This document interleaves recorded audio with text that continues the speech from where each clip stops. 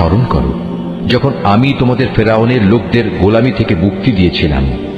তারা তোমাদের উপর ভীষণ অত্যাচার করত। তারা নিকৃষ্ট ধরনের শাস্তি দ্বারা তোমাদের যন্ত্রণা দিত।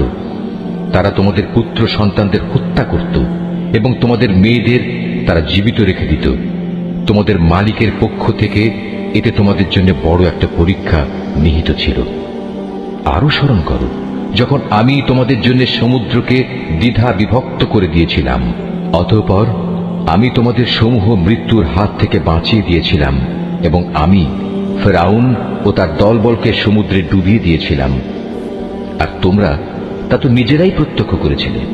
আরো স্মরণ করো যখন মূসাকে আমি বিশেষ একটি কাজে 40 রাত নির্ধারণ করে দিলাম। তার যাওয়ার পর তোমরা একটি বাছুরকে মাবুদ রূপে গ্রহণ করে নিলে। তোমরা এতে করে ভীষণ জুলুম করেছিলে। অতঃপর এ অপরাধ সত্ত্বেও আমি পুনরায় তোমাদের ক্ষমা করে দিয়েছি এ আশায় যে তোমরা আমার কৃতজ্ঞতা আদায় করবে। সে কথাও স্মরণ করো যখন আমি মূসাকে কেতাব ও ন্যায় অন্যায়ের পরককারী একটি মানদণ্ড দান করেছি, যাতে করে তোমরা হেদায়েতের পথে চলতে পারো। আরো স্মরণ করো মূসা যখন তার নিজ লোকদের কাছে এসে বলল, হে আমার জাতি, তোমরা আমার অবর্তমানে বাছুরকে মাবুদ হিসেবে গ্রহণ করে যে বড় রকমের জুলুম করেছ, তার জন্য অবিলম্বে আল্লাহর দরবারে তওবা করো এবং তোমরা তোমাদের নিজেদের শিরকে অভিশপ্ত নফস সমূহকে হত্যা করো। এর মাঝেই আল্লাহর কাছে তোমাদের জন্য কল্যাণ রয়েছে। অতঃপর আল্লাহ তাআলা তোমাদের উপর ক্ষমা পরবশ হবেন, কারণ তিনি বড়ই ক্ষমাশীল ও অনুগ্রহকারী। তোমরা যখন বলেছিলে, হে মূসা, আমরা আল্লাহকে প্রত্যক্ষভাবে না দেখলে কখনো তার উপর ঈমান আনব না, তখন এ ধৃষ্টতার শাস্তি হিসেবে মুহূর্তের মধ্যেই বজ্রের মতো এক গজব তোমাদের উপর নিপতিত হল। আর তোমরা তার দিকে চেয়েই থাকলে, কিছুই করতে পারলে না। অতঃপর এই ধ্বংসকর মৃত্যুর পর তোমাদের আমি পুনরায় জীবন দান করলাম, যাতে করে তোমরা আমার কৃতজ্ঞতা আদায় করতে পারো। আমি তোমাদের উপর মেঘের ছায়া দান করেছিলাম, মান এবং সালবা নামক খাবারও তোমাদের জন্য পাঠিয়েছিলাম। আমি তোমাদের বলেছিলাম, সেসব পবিত্র খাবার খাও যা আমি তোমাদের দিয়েছি, তা তোমরা উপভোগ করো। নিয়ামত অবজ্ঞা করে তারা আমার উপর কোনো অবিচার করেনি, বরং এর দ্বারা তারা নিজেরাই নিজেদের উপর জুলুম করেছে। স্মরণ করো আমি যখন তোমাদের বলেছিলাম, তোমরা এই জনপদে ঢুকে পড়ো এবং তোমরা তার যেখান থেকেই ইচ্ছা স্বাচ্ছন্দ্যে আহার করো। দম্ভ সহকারে প্রবেশ না করে মাথা নত করে ঢোকো। তোমরা ক্ষমার কথা বলবে, আমিও তোমাদের ভুল ত্রুটি সমূহ ক্ষমা করে দেব, এবং যারা ভালো কাজ করে আমি এভাবেই তাদের পাওনার অঙ্ক বাড়িয়ে দেই। সুস্পষ্ট হেদায়েত সত্ত্বেও অতঃপর জালিমরা এমন কিছু ব্যাপার রদবদল করে ফেলল যা না করার জন্যই তাদের বলা হয়েছিল। আমিও এরপর যারা জুলুম করল তাদের উপর আসমান থেকে গজব নাজিল করলাম। মূলত এটা ছিল তাদের গুনার ফল। যখন মূসা আমার কাছে তার জাতির লোকদের জন্য পানি চাইল, আমি তাকে বললাম, তোমার হাতের লাঠি দিয়ে তুমি এই পাথরে আঘাত করো। আঘাত করা মাত্রই সে পাথর থেকে 12টি পানির নহর উৎপন্ন হয়ে গেল। প্রত্যেক গোত্রই নিজ নিজ পানির ঘাট চিনে নিল। আমি বললাম, আল্লাহর দেয়া রিজিক থেকে তোমরা পানাহার করো, তবে আমার জমিনে বিপর্যয় সৃষ্টি করে বেরিও না। স্মরণ করো তোমরা যখন মূসাকে বলেছিলে, হে মূসা, প্রতিদিন একই ধরনের খাবারের উপর আমরা কিছুতেই আর ধৈর্য ধরতে পারব না। তুমি তোমার মালিকের কাছে বলো যেন তিনি কিছু ভূমিজাত দ্রব্য, তরিতরকারি, পেঁয়াজ, রসুন, ভুট্টা, ডাল উৎপাদন করেন। সে বলল, তোমরা কি আল্লাহর পাঠানো এই উৎকৃষ্ট জিনিসের সাথে একটি তুচ্ছ ধরনের জিনিসকে বদলে দিতে চাও? যদি তাই হয় তাহলে তোমরা অন্য কোনো শহরে সরে পড়ো, যেখানে তোমাদের এসব জিনিস যা তোমরা চাইবে তা অবশ্যই পাওয়া যাবে।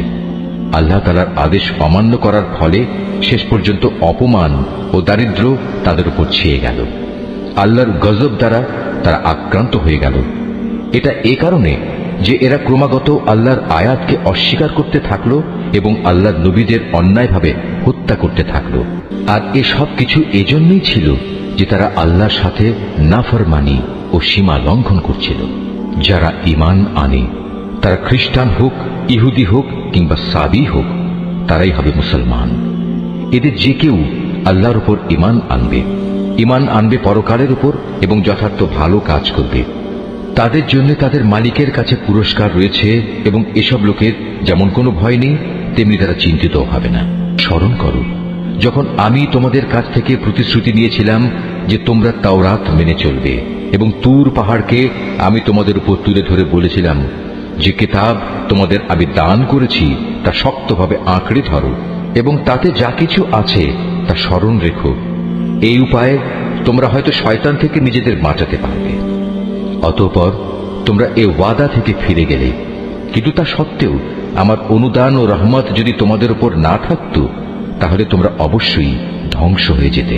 তোমরা তো ভালো করেই তাদের জানো যারা তোমাদের মধ্যে শনিবারে আল্লাহর আদেশ লঙ্ঘন করেছে। অতঃপর আমি তাদের শুধু এটুকুই বলেছি, যাও, এবার তোমরা সবাই অপমানিত বানরে পরিণত হয়ে যাও। এই ঘটনাকে আমি সেসব মানুষদের যারা তখন সেখানে মজুদ ছিল আরো যারা পরে আসবে তাদের সবার জন্য একটি দৃষ্টান্তমূলক ঘটনা বানিয়ে দিয়েছি। যারা আল্লাহকে ভয় করে এমন লোকদের জন্য এই ঘটনা ছিল একটি উপদেশ। আরো স্মরণ করো যখন মূসা তার জাতিকে বলল, অবশ্যই আল্লাহ তাআলা তার নামে তোমাদের একটি গাভী জবাই করার আদেশ দিচ্ছেন। তারা একথা শুনে বলল, হে মূসা, তুমি কি আমাদের সাথে তামাশা করছো? সে বলল, আমি তামাশা করে জাহেলদের দলে শামিল হওয়া থেকে আল্লাহ তাআলার কাছে পানা চাই। তারা মূসাকে বলল, তুমি তোমার মালিককে বলো আমাদের তিনি যেন সুস্পষ্ট বলে দেন তা কেমন হবে। সে বলল, অবশ্যই তা হবে এমন যা বৃদ্ধ হবে না আবার একেবারে বাচ্চাও হবে না, বরং তা হবে এর মাঝামাঝি বয়সের। এখন যা কিছু তোমাদের নির্দেশ দেওয়া হচ্ছে তাই করো। তারা মূসাকে বলল, তুমি তোমার মালিককে জিজ্ঞেস করে নাও, তিনি আমাদের যেন বলে দেন তার রং কেমন হবে। সে বলল, তা হবে হলুদ রঙের। তার রং এত আকর্ষণীয় হবে যে যারা তাকাবে তা তাদেরই পরিতৃপ্ত করবে। তারা বলল, হে মূসা, তুমি তোমার মালিককে আবার জিজ্ঞেস করে নাও আসলে তা কি ধরনের হবে। আমরা তো সঠিক গাভী বাছাই করতে পারছি না, কারণ আমাদের কাছে তো সব গাভী দেখতে একই ধরনের মনে হয়। আল্লাহ তাআলা চাইলে এবার অবশ্যই আমরা সঠিক পথে চলতে পারব। সে বলল, তাহলে শোনো, আল্লাহর ঈপ্সিত সে গাভী হবে এমন যে সেটি কোনো চাষাবাদের কাজ করে না, জমিনে পানি সেচের কাজও করে না, অর্থাৎ তা হবে সম্পূর্ণ নিখুঁত ও ত্রুটিমুক্ত। একথা শুনিয়ে তারা বলল, এতক্ষণে তুমি আমাদের সামনে সত্য ঘটনা নিয়ে এসেছ। অতঃপর তারা এ ধরনের একটি গাভী জবাই করল, যদিও ইতিপূর্বে মনে হয়নি যে তারা এই কাজটি আদৌ করতে চায়। স্মরণ করো যখন তোমরা একজন লোককে হত্যা করেছিলে, অতঃপর সে ব্যাপারে তোমরা একে অপরের উপর হত্যার অভিযোগ আরোপ করতে শুরু করলে, অথচ আল্লাহ তাআলা সেই বিষয়ই মানুষের সামনে বের করে আনতে চাইলেন যা তোমরা লুকোবার চেষ্টা করেছিলে। হত্যাকারীকে খুঁজে বের করার জন্য আমি তোমাদের বললাম, কোরবানি করা সেই গাভীর শরীরের একাংশ দিয়ে তোমরা একে মৃদু আঘাত করো। এভাবেই আল্লাহ তাআলা মৃত ব্যক্তিকে জীবন দান করবেন এবং এ ধরনের অলৌকিক ঘটনা দ্বারা তিনি তোমাদের কাছে তার জ্ঞানের নিদর্শনসমূহ তুলে ধরেন। আশা করা যায় তোমরা এর মাধ্যমে সত্য অনুধাবন করবে। কিন্তু এত বড় একটি নিদর্শন সত্ত্বেও অতঃপর তোমাদের মন কঠিন হয়ে গেল, এমন কঠিন যেন তা শক্ত পাথর, বরং মাঝে মাঝে মনে হয় পাথরের চেয়েও বুঝি তা বেশি কঠিন। কেননা কিছু পাথর এমন আছে যা থেকে মাঝে মাঝে ঝর্ণাধারা নির্গত হয়, আবার কোনো কোনো সময় তা বিদীর্ণ হয়ে ফেটেও যায় এবং তা থেকে পানির ফোয়ারাও বেরিয়ে আসে। অবশ্য এর মধ্যে থেকে এমন কিছু পাথর আছে যা আল্লাহর ভয়ে ধসে পড়ে। আল্লাহ তাআলা তোমাদের কার্যকলাপ সম্পর্কে মোটেই গাফেল নন।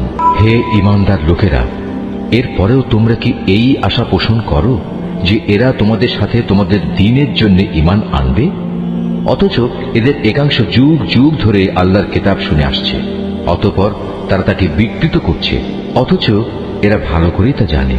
এদের অবস্থা হচ্ছে, এরা যখন ঈমানদারদের সাথে সাক্ষাৎ করে তখন বলে আমরা ঈমান এনেছি, কিন্তু এরাই আবার যখন গোপনে একে অপরের সাথে মিলিত হয় তখন বলে, তোমরা কি মুসলমানদের কাছে সেসব কথা প্রকাশ করে দাও যা আল্লাহ তাআলা মুহাম্মদের নবুয়ত সম্পর্কে আগেই তাওরাতে তোমাদের উপর ব্যক্ত করেছেন? খবরদার, তোমরা এমনটি কখনো করো না, তাহলে তারা একদিন তোমাদের মালিকের সামনে এটা দিয়েই তোমাদের বিরুদ্ধে সাক্ষ্য উত্থাপন করবে। তোমরা কি এটুকু কথাও বুঝতে পারো না? এরা কি জানে না আল্লাহর কিতাবে যা কিছু এরা গোপন করে, আবার নিজেদের স্বার্থে তারা যা প্রকাশ করে তা সবই আল্লাহ তাআলা জানেন। এদের আরেকটি দল যারা একান্ত অশিক্ষিত, নিরক্ষর, এরা আল্লাহর কিতাব সম্পর্কে কিছুই জানে না। আল্লাহর কিতাব যেন এদের কাছে একটি নিছক ধ্যান ধারণা সর্বস্ব পুস্তক মাত্র। এরা শুধু অমূলক ধারণাই করে থাকে। সেসব লোকের জন্য ধ্বংস অনিবার্য, যারা হাত দিয়ে কিতাব লিখে নেয়, তারপর দুনিয়ার সামনে বলে এগুলো হচ্ছে আল্লাহ তাআলার পক্ষ থেকে অবতীর্ণ শরীয়তের বিধান। তাদের উদ্দেশ্য হচ্ছে যেন তা দিয়ে দুনিয়ার কিছু স্বার্থ তারা কিনে নিতে পারে। অতঃপর তাদের হাত যা কিছু রচনা করেছে তার জন্য তাদের ধ্বংস ও দুর্ভোগ, যা কিছু তারা উপার্জন করেছে তার জন্য তাদের দুর্ভোগ। এসব নির্বোধ লোকেরা বলে জাহান্নামের আগুন কখনোই আমাদের স্পর্শ করবে না, একান্ত যদি করেও তা হবে নির্দিষ্ট কয়েকটা দিনের জন্য মাত্র। হে নবী, তুমি তাদের বলো, তোমরা কি আল্লাহর কাছ থেকে এমন কোন প্রতিশ্রুতি আদায় করে নিয়েছ? আল্লাহ তাআলা তো কখনো তার প্রতিশ্রুতি ভঙ্গ করেন না। না তোমরা জেনে বুঝেই আল্লাহ তাআলা সম্পর্কে এমন সব কথা বলে বেড়াচ্ছ যা তোমরা নিজেরাই জানো না। হ্যাঁ, যে কোনো ব্যক্তি স্বেচ্ছায় অপরাধ করেছে এবং যাকে তার পাপ ঘিরে রেখেছে, এমন লোকেরাই হচ্ছে জাহান্নামের অধিবাসী এবং সেখানে তারা চিরদিন অবস্থান করবে। আবার যারাই আল্লাহর উপর ঈমান আনবে এবং ভালো কাজ করবে তারা বেহেশতবাসী হবে, তারা সেখানে চিরদিন থাকবে।